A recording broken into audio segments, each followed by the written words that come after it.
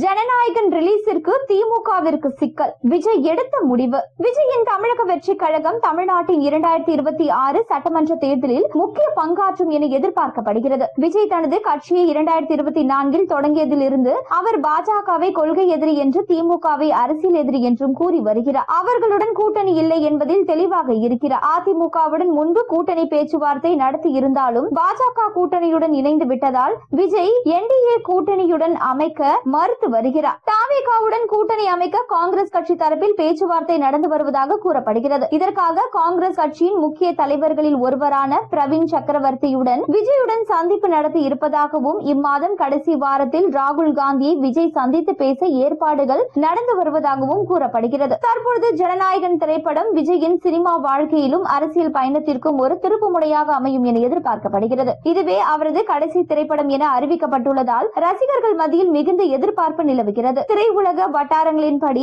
ஜனநாயகன் படத்தின் முதல் பாடல் வெளியாகியுள்ளது. அதைத் தொடர்ந்து டீசர் மற்றும் ட்ரெய்லர் வெளியாகி ரசிகர்களின் உற்சாகத்தை மேலும் அதிகரிக்கும் என்றும் எதிர்பார்க்கப்படுகிறது. கூட்டணி குறித்த எந்த அறிவிப்பும் ஜனநாயகன் படத்தின் வசூலை பாதிக்க கூடாது என்பதில் விஜய் உறுதியாக இருக்கிறார். அதனாலேயே காங்கிரஸ் அல்லது பாஜக என எந்த கட்சியுடனான கூட்டணியாக இருந்தாலும் தேர்தல் நெருங்கும் வேளையில் அறிவிப்பை வெளியிடும் முடிவில் உள்ளதாக தெரிகிறது. காங்கிரஸ் கட்சியுடன் கூட்டணி அமைக்க வேண்டும் என்பது விஜயின் விருப்பமாகவும் இருந்து வருகிறது. கரூர் கூட்ட நெரிசல் சம்பவத்தின் பொழுது ராகுல் காந்தி நேரடியாகவே விஜயுடன் தொலைபேசியில் ஆறுதல் கூறியிருந்தார். காங்கிரஸ் கட்சியினரும் ஆட்சியில் பங்கு என்கிற கோஷத்தை தமிழகத்தில் முன்னெடுத்து வருகின்றனர். தமிழக காங்கிரஸ் நிர்வாகிகள் தாவேகாவுடன் கூட்டணி அமைத்தால் அதிக சீட்டுகள் ஆட்சியில் பங்கு கிடைக்கலாம் என்பதை விரும்புகின்றனர். தமிழக வெற்றி கழகம் மற்றும் காங்கிரஸ் கட்சிக்கு இடையிலான கூட்டணி பேச்சுவார்த்தை நெருங்கி உள்ளதாக கூறப்படுகிறது. இதனால் திமுக கட்சிக்கு சிக்கல் உருவாகும் என கூறப்படுகிறது.